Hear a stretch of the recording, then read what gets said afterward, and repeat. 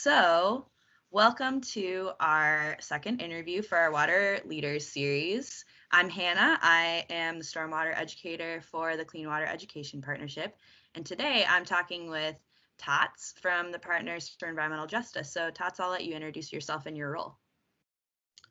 Sure. Hi everyone. Let's see. I work as the program director at Partners for Environmental Justice, aka PEJ.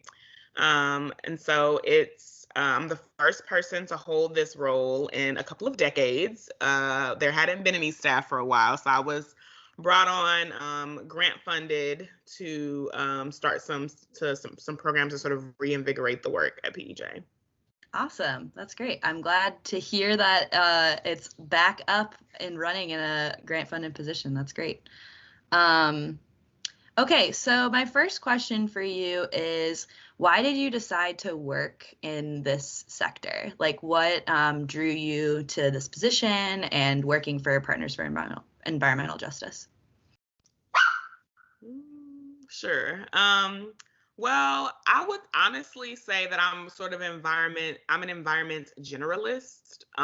So I'm not necessarily always in the water aspects of environment, but it just so happened that there were several opportunities that aligned in a row that were all water based. And so that sort of ended up being what I was doing for a while. So I started out working in the Department of Natural Resources, which would sound like it's natural resources broadly, but really just focuses on water in Nebraska.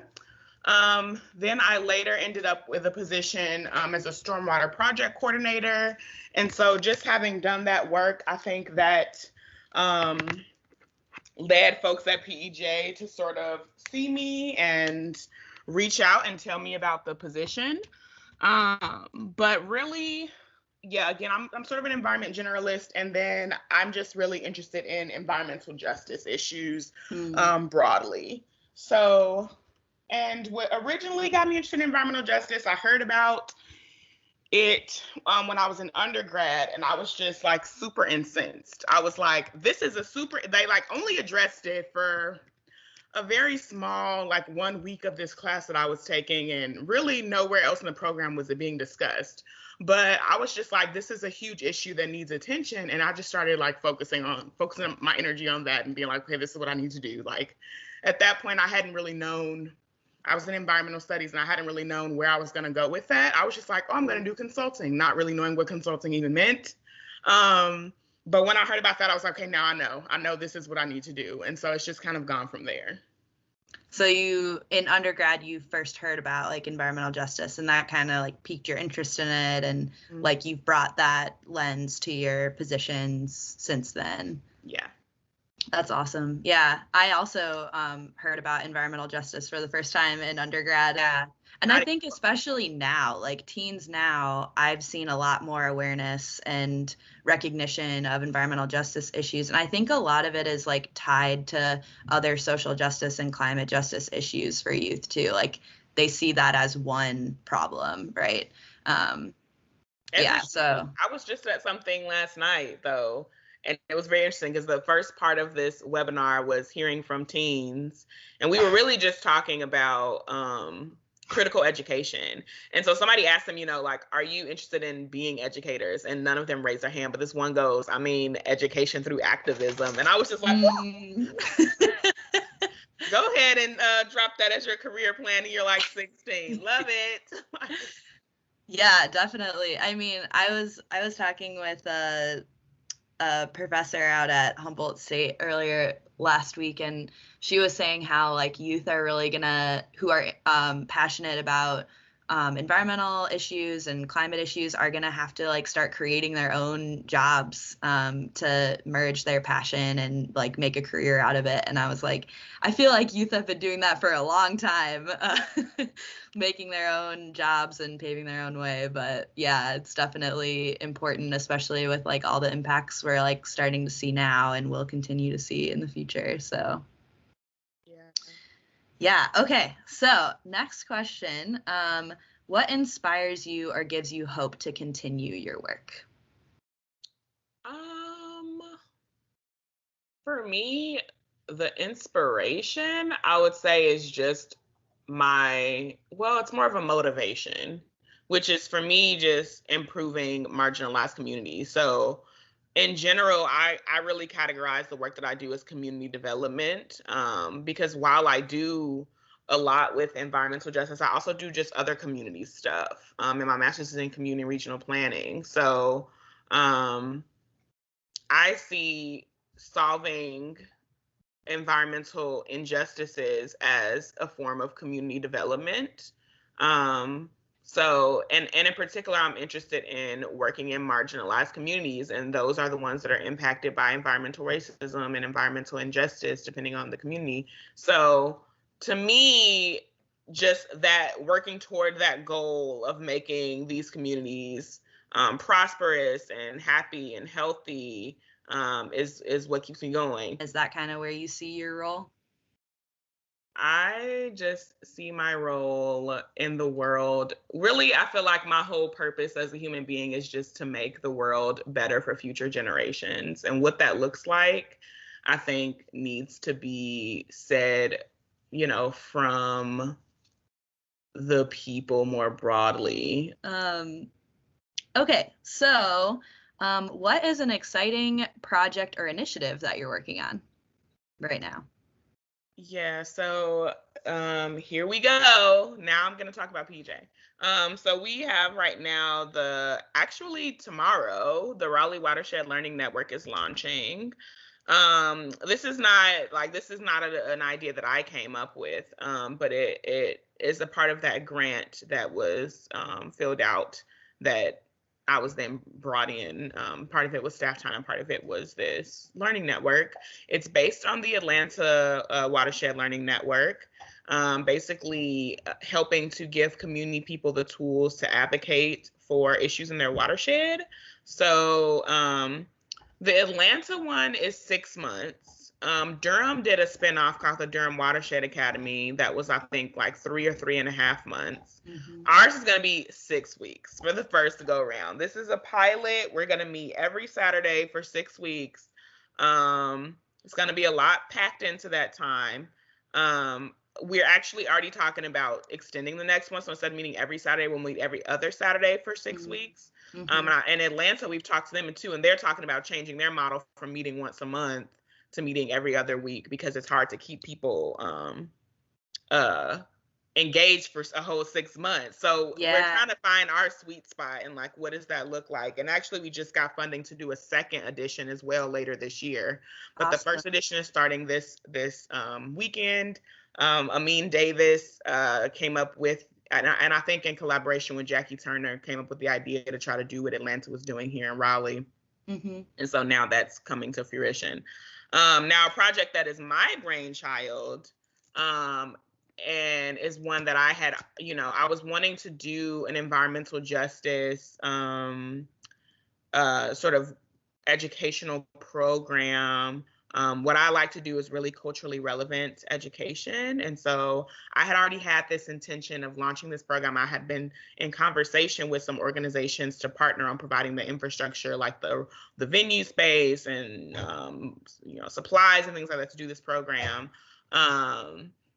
But then when I came onto PEJ, I was like, well, shoot, I'm program director. I'll just do it at PEJ because I'm in charge of this now. So we started that program on February 16th. I've got 15 teens on the roster, 13 to 16, helping to co-create this 1-week summer environmental justice program, which is really important because democratizing educational programs and just democratizing anything, really, quite frankly, is really important to me. So anything that we're doing, they have a vote in and they have a say so. Yeah, we're just gonna bring these students together. They're gonna tell us what they want to do. I'm not just gonna give them something and it's like, you have to accept it. And so we're really excited about, I'm really excited about that. They're going to get stipends for helping us to co-create this program. There's stipends for the Raleigh Watershed Learning Network too. But this is a program that, it's just something that's really important to me. And no matter where I am in my future, I see that I'm going to be doing programs like this with urban teens. That's exciting. I love what you said about having the participants decide what you're going to talk about. I feel like that's a really important educational strategy that we don't use a lot, and is really important, especially for like student investment in what you're doing. Like they'll naturally be invested if you're talking about things that impact them directly or that they're passionate about already. Using that prior experience and knowledge is like, yeah, that's a huge experiential education like philosophy. So I'm all for that. Sounds great. I'm excited to follow that and hear how it goes. Is that going to happen this summer, or what's your plan? So the 1 week that we're planning for is the week of June 21st. Okay. We've got the Walnut Creek Wetland Park booked for the whole week. Nice. Not the entire park, but we have space in the park booked for that week. Okay, so we talked a little bit about this earlier, so feel free to pass on this question if you feel like we've covered it already. But I'm curious to know what trends and challenges you're currently dealing with in your work, and like what's on the horizon for you. Like, what do you see your work being in like 5 years, 10 years? Like, so you just mean me, me specifically. Well, also just like PEJ as a whole. Like, where do you see that organization going? So I think one thing that the board members at PEJ, well, not I think, this is what they said. The board members at PEJ have expressed an interest in getting more involved in green workforce development. Which we dabbled in last year. There was a partnership with a bunch of organizations, the Conservation Fund, Step Up Ministry, Raleigh Parks and Rec, the American Conservation Experience, G.A. Turner Consulting, probably some others that I'm not remembering off the top of my head, got together and collaborated. Carmen Coffin came out, who had done the Southeast Raleigh Community Engagement Strategy Sessions, all got together and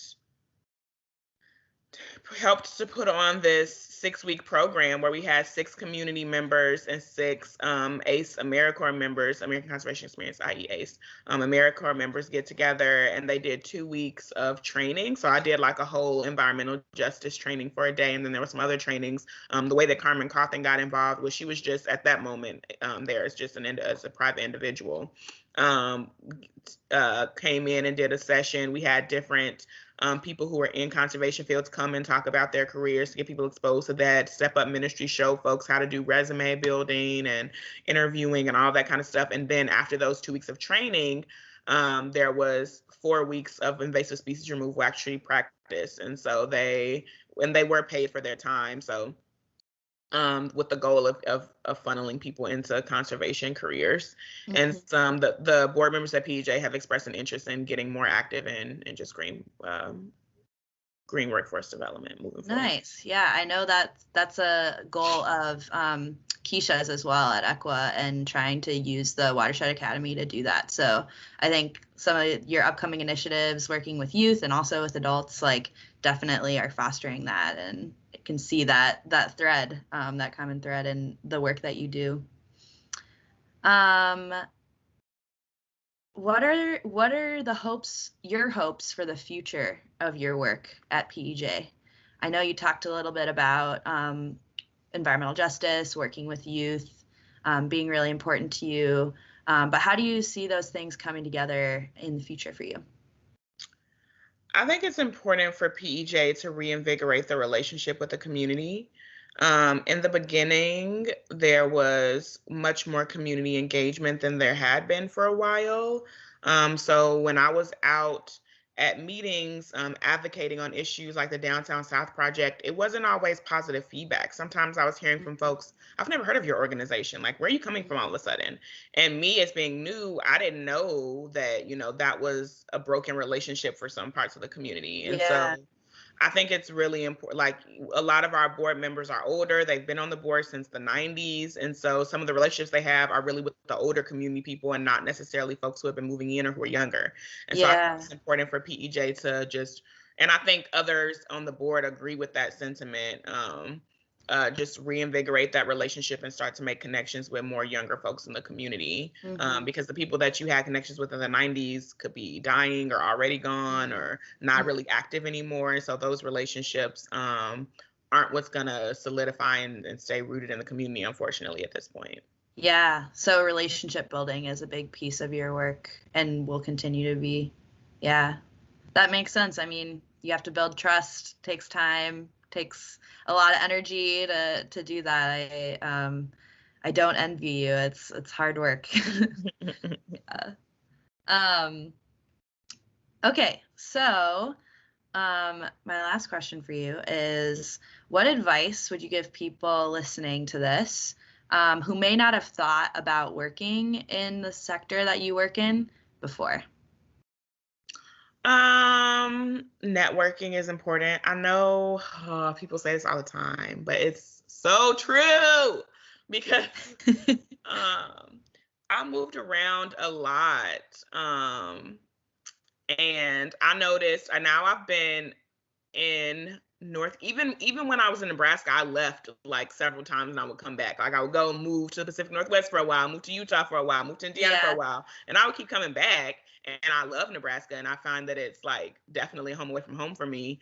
But me just being so transient and moving around all the time, I think hampered my career. And so now I've been in North Carolina for over 3 years straight and just really getting involved, going to professional development events, going and speaking with other people in the field, just really being active in professional communities with other people who do similar work. And I've seen just how fruitful that is. And so I would just advise folks to be active, not just do your job, but also be active in communicating and making those professional networks with other people who are doing the work too. And that can help with ideas. They're just like how PEJ decided to do this Raleigh Watershed Learning Network as a result of somebody on the board going to a peer exchange that the Conservation Fund and Parks with Purpose did, and then seeing somebody else doing a really cool program and be like, oh, that's awesome. Let's duplicate that in Raleigh. So just